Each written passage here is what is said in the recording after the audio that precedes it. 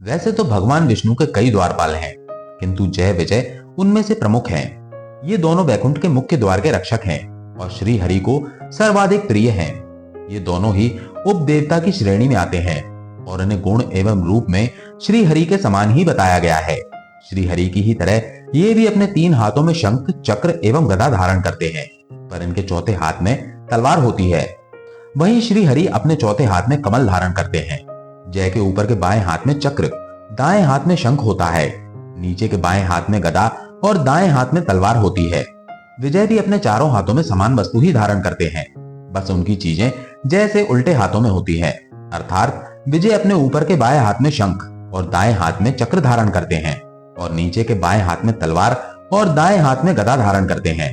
ब्रह्मांड पुराण के अनुसार ब्रह्मा जी से सप्त ऋषियों में से एक महर्षि मरीचि की उत्पत्ति हुई।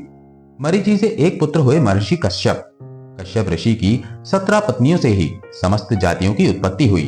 उनकी पत्नी अदिति से वरुण जन्मे और वरुण और उनकी पत्नी स्तुति के पुत्र हुए कली और वैद। जय और विजय इन्हीं कली की संतान थे। भागवत पुराण के अनुसार एक बार ब्रह्मा के मानस पुत्र सनक, सनंदन, सनातन और सनत कुमार भगवान विष्णु के दर्शन हेतु वैकुंठ पहुंचे। वे ब्रह्मपुत्र थे, इसलिए तीनों लोकों में उनकी गति अबाध्य थी। जब वे वैकुंठ के द्वार पर पहुंचे तो जय और विजय ने उन्हें प्रणाम किया और उनके वहां आने का कारण पूछा। जब उन्होंने श्री हरि के दर्शनों की इच्छा जताई, तब जय विजय ने उन्हें यह कहते हुए रोक दिया कि श्री हरि अभी विश्राम कर रहे हैं। इस पर सनत कुमारों ने कहा, हम श्री हरि की इच्छा से ही उनके दर्शन हेतु यहाँ आए हैं। हम परम पिता ब्रह्मा के पुत्र और भगवान विष्णु के परम भक्त हैं। हमारी गति कहीं भी नहीं रुकती है। तुम दोनों सदा श्री हरि के सानिध्य में रहते हो, इसी कारण तुम्हारी मति भी उन्हीं के समान समदर्शी होनी चाहिए। अतः जिद मत करो और हमें श्री हरि के दर्शन करने दो। किंतु जय और विजय ने इस पर भी उन्हें वैकुंठ के अंदर नहीं जाने दिया। इस बात पर उन्होंने क्रोधित होकर जय विजय से कहा, अरे मूर्खों, तुम दोनों सदैव नारायण के सानिध्य में रहने के बाद भी उनके गुणों का सातांश भी ग्रहण नहीं कर सके। उनके कृपा पात्र होकर भी तुम में अहंकार है। तुम दोनों वैकुंठ के योगी ही नहीं हो, इसलिए हम तुम्हें श्राप देते हैं कि तुम दोनों का पतन हो जाए और तुम सदा के लिए मृत्यु लोक में जा गिरो। ऐसा श्राप पाकर जय विजय सनत कुमारों के चरणों में गिर पड़े और बार बार उनसे क्षमा याचना करने लगे। उधर जब श्री हरि को पता चला कि सनत कुमार उनके द्वार पर आए हैं, तो वे स्वयं माता लक्ष्मी के साथ द्वार पर आए और सनत कुमारों का स्वागत करते हुए कहा, हे मुनि श्रेष्ठ, मेरे द्वारपालों के व्यवहार से जो आपको कष्ट हुआ है उसके लिए मुझे अत्यंत खेद है। सेवक द्वारा किया गया अपमान भी स्वामी का ही माना जाता है, अतः इनकी ओर से मैं आपसे क्षमा मांगता हूँ।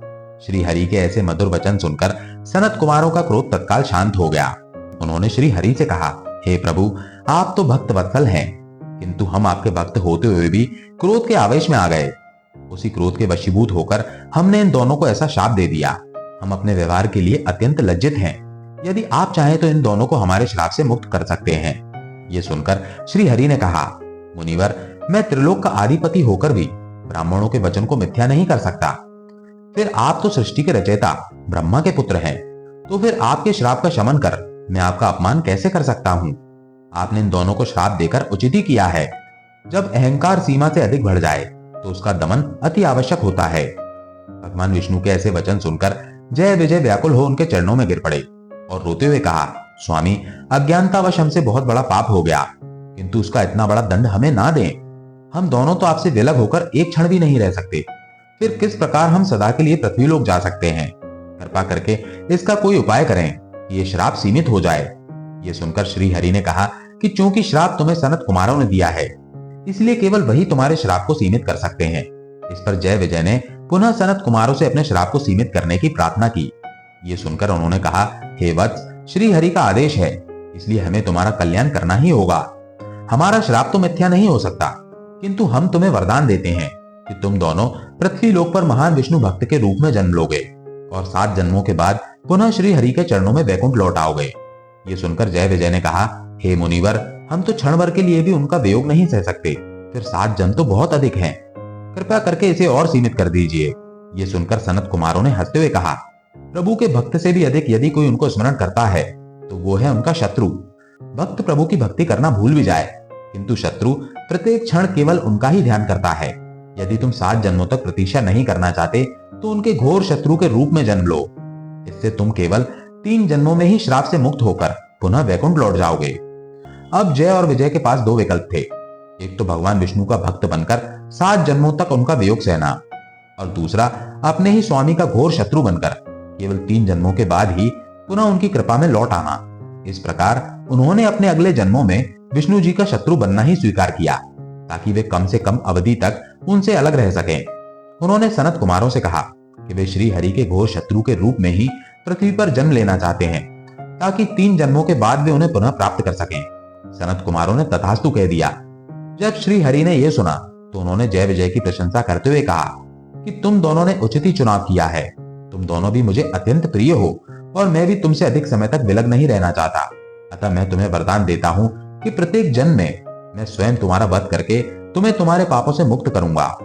सनत कुमारों के श्राप के कारण ही जय और विजय ने 3 बार जन्म लिया।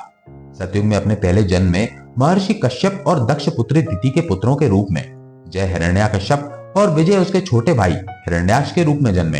हिरण्याक्ष का वध श्री हरि ने वराह अवतार लेकर और हिरण्याकश्यप का वध उन्होंने नरसिंह अवतार लेकर किया। त्रेता युग में अपने दूसरे जन्म में महर्षि विश्रवा और राक्षस कन्या कैकसी के पुत्रों के रूप में जय रावण और विजय उसके छोटे भाई कुंभकर्ण के रूप में जन्मे। लंका युद्ध में दोनों का वध श्री हरि ने श्री राम का अवतार लेकर किया। द्वापर युग में अपने तीसरे जन्म में जय महाराज दम घोष और रानी श्रुतशर्वा के पुत्र के रूप में जन्मे, जिनका नाम शिशुपाल पड़ा। श्रुतशर्वा श्री कृष्ण की माता देवकी की बहन थी। विजय राजा वृषचमण एवं रानी श्रुति देवी के पुत्र के रूप में जन्मे, जिनका नाम दंतवक्र पड़ा। रानी श्रुति देवी श्री कृष्ण के पिता वासुदेव और कुंती की बहन थी। इस प्रकार शिशुपाल और दंतवक्र दोनों श्री कृष्ण के भाई थे, किंतु दोनों का वध श्री हरि के नवे अवतार श्री कृष्ण के द्वारा ही हुआ। युधिष्ठिर के राजसूय यज्ञ में शिशुपाल श्री कृष्ण से उलझा, जिस कारण उन्होंने उसका वध कर दिया। राजसूय यज्ञ से लौटते समय अपने मित्र शिशुपाल और जरासंध के वध का प्रतिशोध लेने के लिए दंतवक्र ने श्री कृष्ण पर आक्रमण कर दिया। दोनों में गदा युद्ध हुआ, जिसमें दंतवक्र वीर गति को प्राप्त हुआ और इस प्रकार अपने श्राप को भोग कर 3 जन्मों के पश्चात जय और विजय पुनः श्री हरि के पास वैकुंठ लौट गए और उनके द्वारपाल बने। अपने स्वामी का सानिध्य पाने के लिए पापी तक बन जाना, ऐसा कोई अन्य उदाहरण हमें नहीं मिलता। ये कथा इस बात को भी सिद्ध करती है कि चाहे वो भगवान का भक्त हो अथवा शत्रु, अंततः वो उनकी ही कृपा को प्राप्त करता है। दोस्तों, आशा है ये कथा आपको पसंद आई होगी। अगर पसंद आई हो तो इस वीडियो को लाइक करें और ऐसी और कथाओं का श्रवण करने के लिए आपके अपने इस चैनल को सब्सक्राइब जरूर कर लीजिए। तो मिलते हैं अगली कथा में, तब तक के लिए हरे कृष्णा।